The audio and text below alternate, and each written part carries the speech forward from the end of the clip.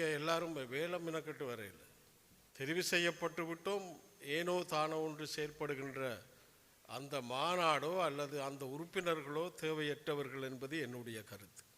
இந்த அரசாங்கம் என்ன ஊழலை ஒழிப்போம் என்று வந்தார்கள், போதை வசத்தை ஒழிப்போம் என்று வந்தார்கள்.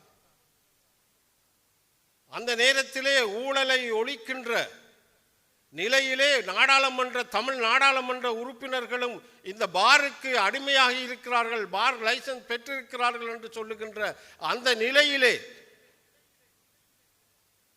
மக்கள் தடுமாற்றத்தோடு மாறி நின்றார்கள். ஆனால் ஜனநாயக தமிழ் தேசிய கூட்டமைப்பிலே பாருக்கு யாரும் கையெழுத்து இடவில்லை என்பதை, நாங்கள் ஒரு போராளிகள் என்பதை, மக்களை அந்த திசைக்கு கொண்டு போகக்கூடாது என்பதிலே நாங்கள் விழாப்பிடியாக இருந்தோம். நாங்கள் அந்த நேரத்திலே நாடாளுமன்ற உறுப்பினராக இருக்கின்ற போது அந்த நிலையிலே நாங்கள் அந்த பாரை 4 கோடி ரூபாய் பெறுமதியான பாரை பெற்று அதை விற்பதற்கான எந்த முயற்சியையும் எடுக்கவில்லை. அதுதான் ஜனநாயக தேசிய கூட்டமைப்பு. ஆனால் மக்கள் உணர்ந்து கொள்ளவில்லை, மக்கள் உணர்ந்து கொள்ளவில்லை. ஆகவே கட்சி நடவடிக்கை எடுக்கும் இப்படியான நிலைகளிலே இந்த ஒற்றுமை என்பது வலி சுமந்த ஒற்றுமையாகத்தான் நாங்கள் பார்த்தோம். இல்லை, தமிழ் தேசிய கூட்டமைப்பு மக்களுக்காக உருவாக்கினது. இந்த அற்ப தேர்தலுக்காக இந்த முடிவை எடுக்க முடியாது, எடுக்கக்கூடாது என்று நாங்கள் சொல்லியிருந்தோம். நாங்கள் ரோட்டிலேயே நடு தெருவிலே கைவிடப்பட்டோம். ஏனென்றால் ஒரு கட்சியை நம்பி இவ்வளவு காலமும், இன்றைக்கு மக்கள் என்ன சொல்றாங்க, இந்த தேர்தலில் போனால் தலைவர் தேர்ந்தெடுத்த வீட்டு சின்னத்திலே நீங்க விட்டுட்டு வந்தீங்க, விளக்கம் இல்லை மக்களுக்கு. இன்றைக்கு நீங்க நினைக்கிறீங்களா நாங்கள் எங்களோட பிரதேச சபை, நகர சபை, பாராளுமன்ற பிரதிநிதித்துவம் இல்லை என்றால் எங்களை கணக்கெடுத்திருப்பார்கள் என்று? அது எந்த கட்சியாக இருக்கலாம், அரசாங்கமாக இருக்கலாம், அல்லது வெளிநாட்டு தூதரங்களாக இருக்கலாம். அஞ்சத்துக்கும் கணக்கெடுத்திருக்க மாட்டாங்க. ஆனால் இந்த 3 வருஷத்திலே பெரிய அளவு நாங்கள் சாதிக்கவில்லை. எங்களுடைய வேலை திட்டங்கள் மிக குறைவாக இருந்தாலும் கூட இந்த ஒற்றுமையை ஒரு அளவுக்கு மக்கள் ஏற்றுக்கொண்டார்கள். துப்பாக்கி சத்தம் இல்லாத ஒரு தேசத்திலே எங்களுடைய மக்களும் நாங்களும் வாழ்ந்து கொண்டிருக்கிறோம்.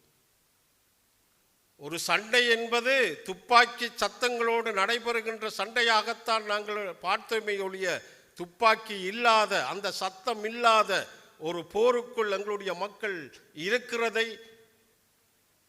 நாங்கள் உணர்ந்து கொள்ள வேண்டும். அதற்காக நாங்கள் உழைக்க வேண்டும். பேராளர் மாநாட்டிற்கு தலைமை தாங்கிக் கொண்டிருக்கின்ற தேசிய அமைப்பாளர் முன்னாள் நாடாளுமன்ற உறுப்பினர் ஜனா அவர்களே, அதை கொண்டு நடத்துகின்ற பணியை செம்மனையை செய்து கொண்டிருக்கின்ற மயூரன் அவர்களே, ஏனைய இணைத்தலைவர்களே, எங்களுடைய பிரதேச சபை, நகர சபை தவிசாளர்கள், உறுப்பினர்கள், உங்கள் அனைவருக்கும் முதல் கண் நன்றி கலந்த வணக்கம். உண்மையிலே எனது ஆதங்கத்தை முதலிலே சொல்லலாம் என்று நினைக்கின்றேன். மக்கள் எங்களை தெரிவு செய்திருக்கிறார்கள். அந்த மக்கள் தெரிவு செய்த உறுப்பினர்கள் ஜனநாயக தமிழ் தேசிய கூட்டமைப்பின் பேராளர் மாநாடு ஒரு நாள் நடக்கிறது. அந்த ஒரு நாளிலும் எங்களுடைய மக்கள் பிரதிநிதிகள், எங்களுடைய உறுப்பினர்கள் எப்படியான சேவையை செய்ய அவர்களால் முடியும் என்பது இந்த கதிரைகளை பார்க்க தெரிகிறது. முதல்ல கட்சி பற்றி இருக்க வேண்டும். கட்சிக்கான உறுப்பு, அதாவது என்னுடைய கட்சி என்ற அந்த இருமாப்பு இருக்க வேண்டும். நான் இந்த கட்சியிலே அடையாளம் காணப்பட்டவன் என்ற அந்த விருப்பு இருக்க வேண்டும். எனது மக்களுக்காக இந்த கட்சியின் ஊடாக நான் உழைக்க வேண்டும் என்ற அந்த ஆர்வம் இருக்க வேண்டும். தெரிவு செய்யப்பட்டு விட்டோம், ஏனோ தானோ ஒன்று செயல்படுகின்ற அந்த மாநாடோ அல்லது அந்த உறுப்பினர்களோ தேவையற்றவர்கள் என்பது என்னுடைய கருத்து. ஒரு நாள் தான் எங்களோட மாநாடு நடக்குது. அதை கூட சகித்து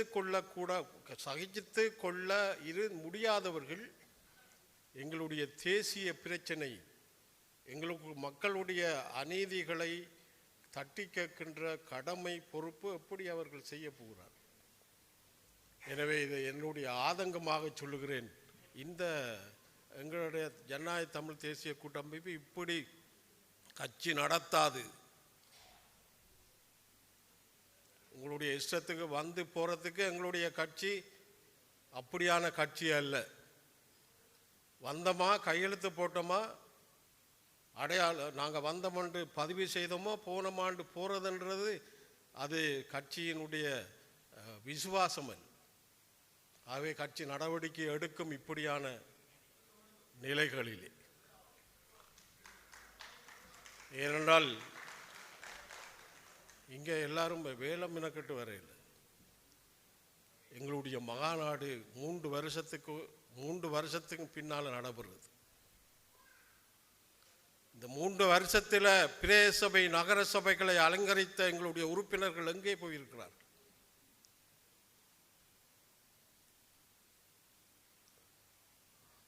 நான் ஆரம்பத்தில் அந்த ஜனநாயக தமிழ் தேசிய கூட்டமைப்பு உருவாகின கதையை சாடியா சொல்லணும். அது வலி சுமந்த ஒற்றுமை. இந்த ஒற்றுமை என்பது வலி சுமந்த ஒற்றுமையாகத்தான் நாங்கள் பார்த்தோம். இந்த உள்ளூராட்சி சபைகளிலே தனித்து நிற்க வேண்டும் என்ற முடிவை தமிழ் தேசிய கூட்டமைப்பிலே இருந்த ஒரு கட்சி, உங்களுக்கெல்லாம் தெரியும், தமிழரசு கட்சி முடிவெடுத்தது, சம்பந்தனையா உட்பட.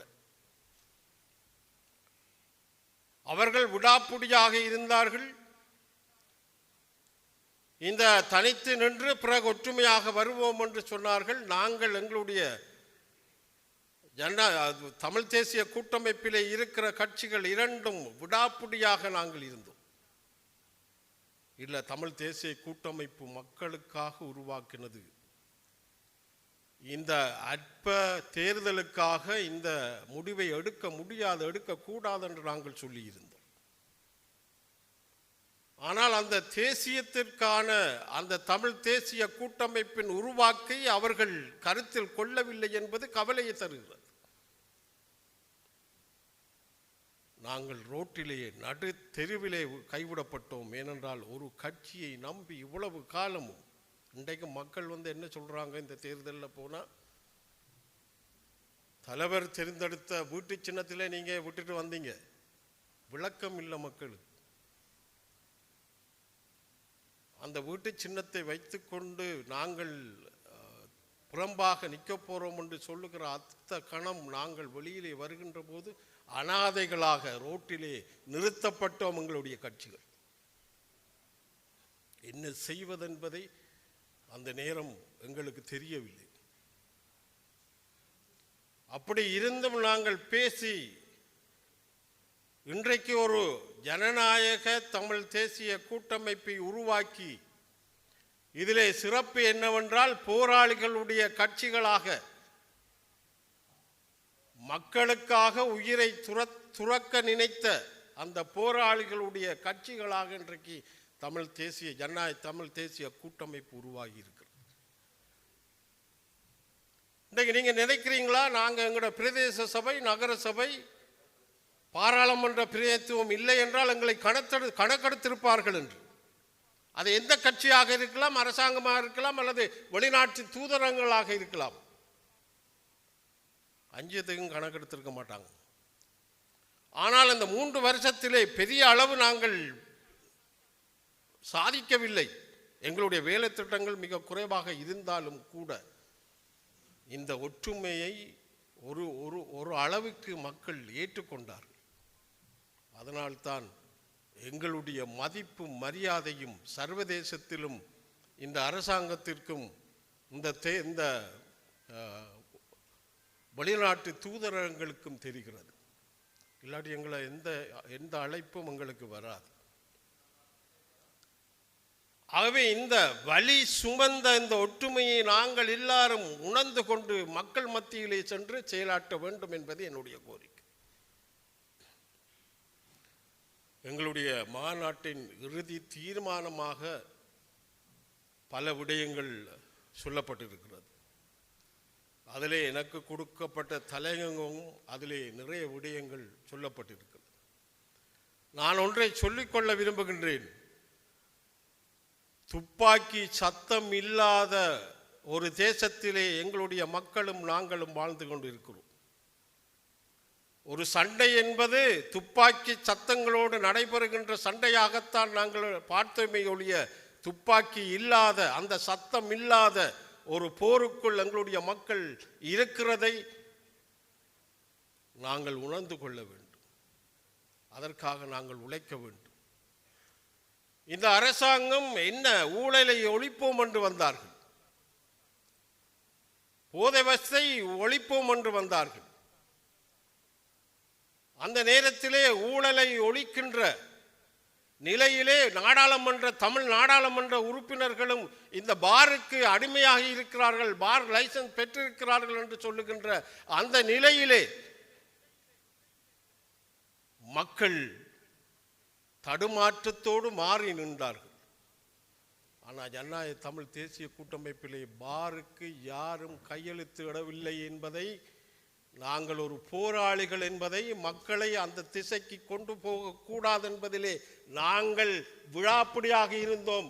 நாங்கள் அந்த நேரத்திலே நாடாளுமன்ற உறுப்பினராக இருக்கின்ற போது அந்த நிலையிலே நாங்கள் அந்த பாரை 4 கோடி ரூபாய் பெறுமதியான பாரை பெற்று அதை விற்பதற்கான எந்த முயற்சியையும் எடுக்கவில்லை. அதுதான் ஜனநாயக தேசிய கூட்டமை. ஆனால் மக்கள் உணர்ந்து கொள்ளவில்லை.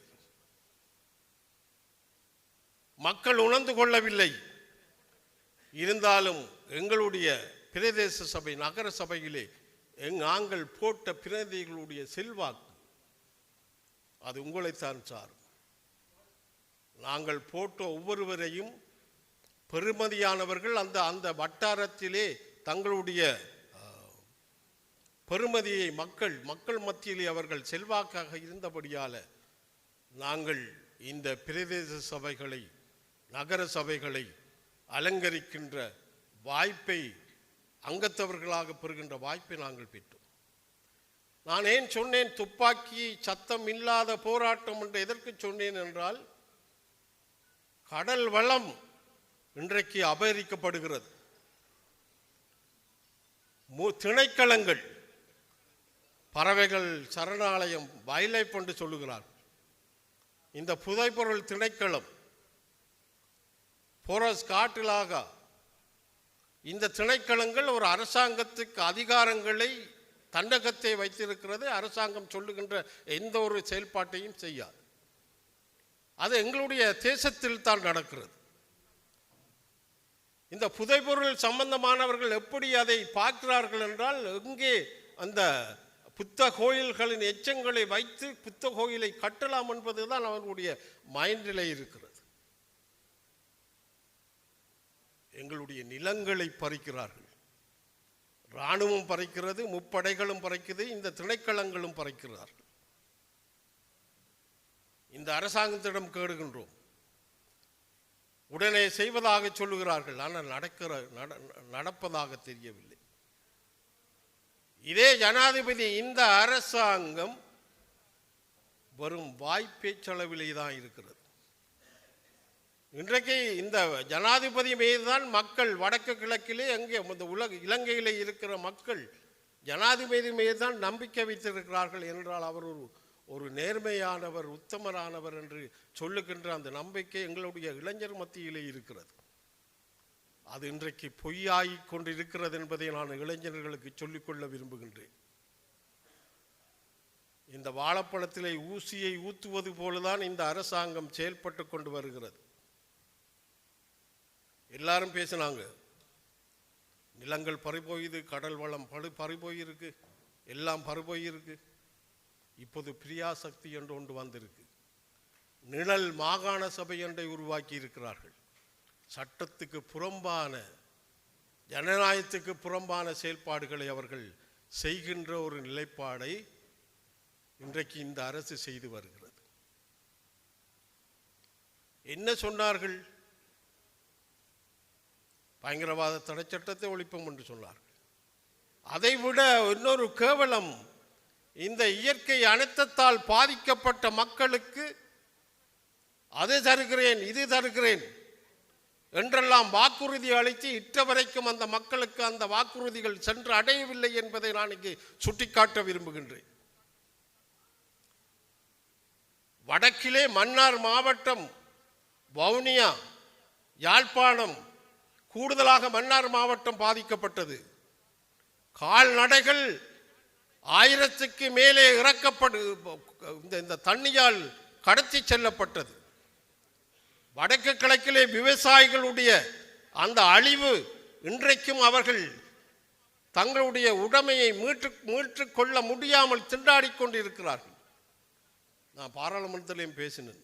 எங்களுடைய சம்பிரதாயம் ஒரு புருஷனை இழந்தால்தான் தாலியை கழட்டுவார்கள் என்று. ஆனால் எங்களுடைய சம்பிரதாயத்திலே ஒரு மாற்றம் என்னவென்றால், எங்களுடைய விவசாயிகள் தங்களுடைய விவசாயம் செய்வதற்கு இந்த தாலி கொடியை அடமானம் வைக்கின்ற ஒரு நிலை இன்றைக்கும் இருக்கிறது. இன்றைக்கு இந்த கால்நடைகள் அழிவை இந்த அரசாங்கம் செய்திருக்கிறதா? நீங்கள் எல்லாம் பார்த்துருப்பீங்க, ரோட்டால அவ்வளவு கால்நடைகளை நடத்தி நடத்தி நடத்தி பல கிலோமீட்டர் தள்ளி கொண்டே மேய்ச்சல் நிலங்களிலே விடுகின்ற எங்களுடைய விவசாயிகள், இந்த மேய்ச்சல் நிலம் இல்லை, அதை கேட்டு கேட்டு அழுத்து போயிட்டு அந்த காலத்திலேருந்து இந்த காலம் வரையும் மேய்ச்சல் நிலங்கள் தருவதாக இல்லை. அது புரசுக்குள்ளே இருக்கு. அவை அந்த கால்நடைகளை இழந்த விவசாயி எப்படி தன்னுடைய குழந்தை இறந்த மாதிரி தானே பார்ப்பான். அவனுக்கு நஷ்டஈடு கொடுத்தீங்களா? வெறும் 50,000 ரூபா. 1000 மாடுகள் செத்தா 50,000 ரூபா. இன்றைக்கும் விவசாயிகளுடைய காணிகளிலே அந்த அழிவுக்கு இன்னும் நஷ்டஈடு கொடுக்கப்படவில்லை. பள்ளிக்கூடத்துக்கு சப்பாத்து கொடுக்குறேன்னு சொன்னாங்க. ஏன் இந்த 25,000 ரூபா அவர்களுடைய அறிவிப்பு என்ன? வீடு வளவுக்குள் தண்ணி போனால் 25,000 ரூபா. ஆனால் எங்கட அதிகாரிகள் சொல்கிறாங்க வீட்டுக்குள்ளே தண்ணி வரணும், வீடியோ எடுத்து ஆண்டு கேட்குறாங்க. அந்த நேரத்தில் பிள்ளையை தூக்குவனா, உடுப்பை தூக்குவனா, இல்லை முக்கியமான விஷயங்களை தூக்குவனா அல்லது வீடியோ எடுப்பனா? இந்த அரசாங்கம் எதை சொல்லுகிறது? ஜனாதிபதி அவர்கள் மன்னாருக்கு வந்தார்கள். அப்பொழுது நாங்கள் கோரிக்கை வைத்தோம், இந்த மீனவர்களுடைய பிரச்சனை என்னவென்றால், இந்த இயற்கை அனர்த்தம் வருகின்ற போது முதல் முறையாக அறிவிப்பு சொல்லுவார்கள், கடலுக்கு செல்ல வேண்டாம். ஆனால் மற்ற தொழில்கள் ஒழுங்காக நடக்கும், கச்சேரி நடக்கும், கூலி தொழிலாளர்கள் போவார்கள், விவசாயம் நடக்கும், எல்லாம் நடக்கும். கடத்தொழிலாளர்கள் அந்த தொழிலுக்கு போகாமல் நிறுத்தப்படுகின்ற ஒரு நிலை தொடர்ச்சியாக இருக்கிறது. இந்த அரசாங்கம் கண்டுகொண்டதா? நாங்கள் கேட்டோம், அவர்களுக்கு நஷ்டஈடு, அவர்களுக்கு ஏதோ ஒரு சாப்பாட்டிற்கு வழியை செலுத்த வேண்டும் என்று கேட்டோம். இந்த ஜனாதிபதி அவர்கள் உடனே சொன்னார்கள், 22,000, குறிப்பாக மன்னாரில் அந்த கணக்கு சொல்லப்பட்டதான், இலங்கை முழுக்கத்தான் அதை கொடுப்பதாக சொல்லப்பட்டது. உடனடியாக கொடுக்க வேண்டும் என்று உத்தரவு போட்டார்கள். அந்த உத்தரவு பேச்சளவிலே கால்நல் நீராகத்தான் இருக்கிறது. ஆனால் ஜனநாயக தமிழ் தேசிய கூட்டமைப்பு இந்த மாநாட்டிலே ஒரு முடிவை நாங்கள் எடுத்தாக வேண்டும். எங்களுடைய விவசாயிகளாக இருக்கலாம், அல்லது கடற்தொழிலாக இருக்கலாம், அல்லது எந்த விதத்திலும் இந்த இந்த இயற்கை அனர்த்தத்தால் பாதிக்கப்பட்ட அந்த மக்களுக்கு நியாயம் கிடைக்கின்ற வகையிலே எங்களுடைய போராட்டங்களை அவர்களை அழைத்து நாங்கள் போராட வேண்டும். அது வெகு விரைவில் நாங்கள் செய்தாக வேண்டும். ஏனென்றால் இந்த அரசு எப்படி பார்க்கிறது என்றால், தங்களுக்கும் வடக்கு கிழக்கிலே அங்கத்தவர்கள் இருக்கிறார்கள், நாடாளுமன்ற உறுப்பினர்கள் இருக்கிறார்கள். ஆகவே இந்த தமிழ் தரப்பிலே சொல்லப்படுகின்ற பேச்சுக்கள் எல்லாம் ஒரு பிரயோசனம் இல்லாத, இன்றைக்கு நல்லது நடக்கிறது என்று சொல்லுகின்ற அந்த பொய்யான பிரச்சாரத்தை நாங்கள் ஒழிக்க வேண்டுமென்றால், முறியடிக்க வேண்டுமென்றால், பிரியாசக்தியை முறியடிக்க வேண்டுமென்றால், நிழல் மாகாண சபையை முறியடிக்க வேண்டுமென்றால், மக்கள் செல்வாக்கை எம்பிபிக்கும் ஜேவிபிக்கும் முறியடிக்க வேண்டுமென்றால், மக்கள் படுகின்ற துன்பங்களை கையில் எடுத்து நாங்கள் போராடி ஆக வேண்டும். அது வெகு விரைவிலே நாங்கள் அறிவித்து செயல்படுத்த வேண்டும். அது செய்தாக வேண்டும். நாங்கள் செய்வோம். தமிழ் தேசிய கூட்டமைப்பு, ஜனநாயக தமிழ் தேசிய கூட்டமைப்பு இந்த அறைகூவலை வெகு விரைவிலே விடும். எங்களுடைய மக்களுடைய இந்த அவல நிலையை வெளியிலே கொண்டு வருவதற்கான போராட்டத்தை அது செய்யும். இந்த மாநாட்டிலே நாங்கள் வைத்த தீர்மானத்திலே இதுவும் ஒரு தீர்மானமாக இப்பொழுது நாங்கள் உணர்ந்து கொள்ள வேண்டும். நீங்கள் ஒவ்வொருவரும் பாதிக்கப்பட்ட இடத்தில் இருந்து தெரிவு செய்யப்பட்ட அங்கத்தவர்கள், நீங்கள் அந்த தரவுகளை எடுக்க வேண்டும், வெகு விரைவிலே எடுக்க வேண்டும். எடுத்து நாங்கள் அந்த போராட்டத்தை அறிவித்து போராட்டத்தை செய்கின்ற வாய்ப்பை நாங்கள் கொண்டு வர வேண்டும். இங்கு பல பேற்ற ஆதங்கம், நாங்கள் என்ன செய்தோம் என்றுதான் இங்கே இருக்கின்ற உங்களுடைய ஆதங்கமாக நாங்கள் உங்களுடைய பேச்சுக்களிலே பார்த்தோம். ஆகவே இந்த போராட்டத்தை நாங்கள் கையில் எடுக்க வேண்டும். ஜனநாயக தேசிய கூட்டமைப்பு மக்களுடைய இழப்பை பெற்றுக் கொடுப்பதற்கு அது முன்னிக்கின்றது, முன்னுக்கு வருகிறது, மக்களை அரவணைக்கிறது. இந்த அவல நிலையிலிருந்து இந்த அரசாங்கம் ஏமாற்றுகின்ற மக்களை வாய்ச்சொல்லிலே பிரச்சாரத்திலே ஏமாற்றிக் கொண்டு இருக்கிறது என்பதை கடந்த காலங்களிலே நாங்கள் ஒவ்வொரு முறையும் எங்களுடைய தேசியம், வடகிழக்கு இணைப்பு எல்லாத்தையும் நாங்கள் சொல்லித்தான் மாறோம். சமஸ்தி வேண்டும் என்றெல்லாம் சொல்லுகிறோம். அது அது வேண்டும். ஆனால் எங்களுடைய மக்களுடைய இந்த வாழ்வாதாரத்திலே கை வைக்கின்ற இந்த அரசுக்கு எதிராக மக்களை திரட்டி போராடுகின்ற ஒரு வாய்ப்பை ஜனநாயக தமிழ் தேசிய கூட்டமைப்பு உருவாக்க வேண்டும். அதற்கு உங்களுடைய ஒவ்வொரு அங்கத்தவர்களும் இதற்கு ஒத்துழைப்பு தர வேண்டும் என்று கேட்டு வாய்ப்பளித்ததற்கு நன்றி கூறி விடைபெறுகின்றேன். நன்றி. ஜனநாயக தமிழ் தேசிய கூட்டணியின் பேராளர் மாநாடு யாழ்ப்பாணம் சாவகச்சேரியில் நேற்று இடம்பெற்றது. இதன்போது அக்கட்சியின் பங்காளி தலைவரும் பாராளுமன்ற உறுப்பினருமான செல்வம் அடைக்கலநாதன் உரையாற்றினார்.